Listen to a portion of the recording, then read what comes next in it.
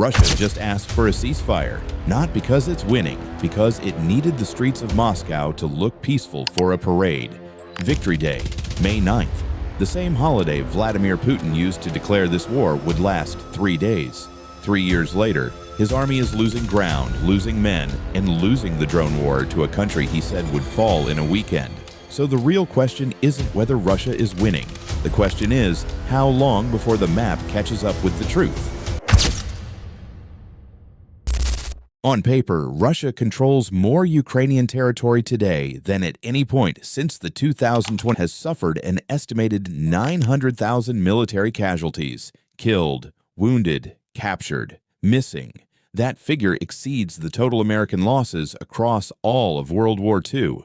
By early 2026, Ukraine estimated Russia was absorbing approximately 30,000 casualties every single month. 30,000 men every month to hold a line that is now beginning to collapse. The soldiers being sent forward now are not career military. They are convicted criminals released from prison in exchange for a contract. They are men pulled from villages so remote that news of the war arrives by word of mouth. They are paid 3 to 4 times the average Russian salary because no one else is volunteering. Russia has replaced quality with volume.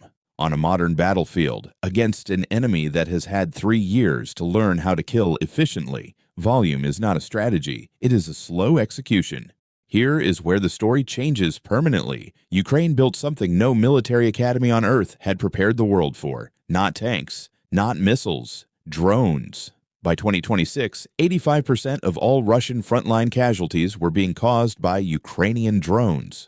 First-person view drones, costing as little as $300, were hunting Russian armored vehicles worth $3 million. Tank commanders began to fear the sky more than the infantry in front of them. Russia responded with electronic warfare, jamming systems designed to sever the link between a Ukrainian operator and their machine. Ukraine responded faster. A new generation of signal-hardened FPV drones, combat-tested, EW-resistant, with an operational range of 25 kilometers, entered the battlefield. The arms race that Russia started in the sky, it is losing. Military analysts at NATO declared it plainly. Ukraine has set new global standards in unmanned warfare. Not the United States, not China.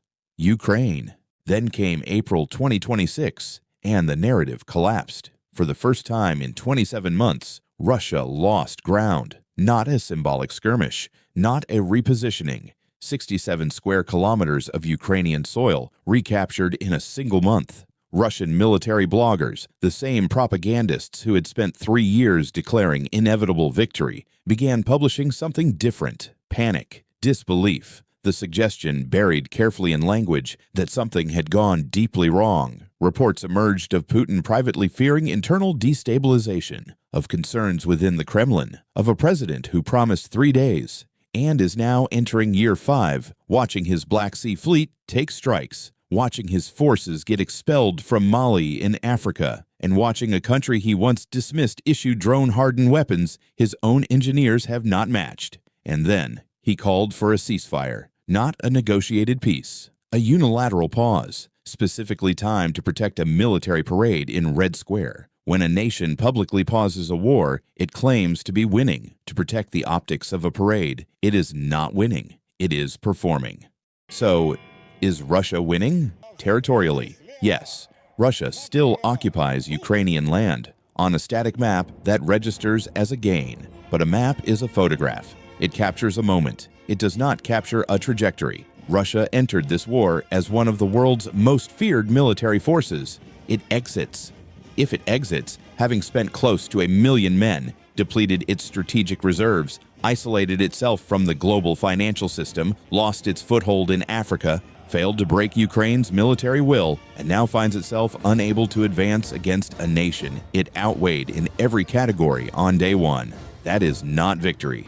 That is a slow strategic collapse, dressed in a uniform televised from Red Square and called a parade. The front line is moving, and for the first time in over 2 years, it is moving the wrong way for Moscow.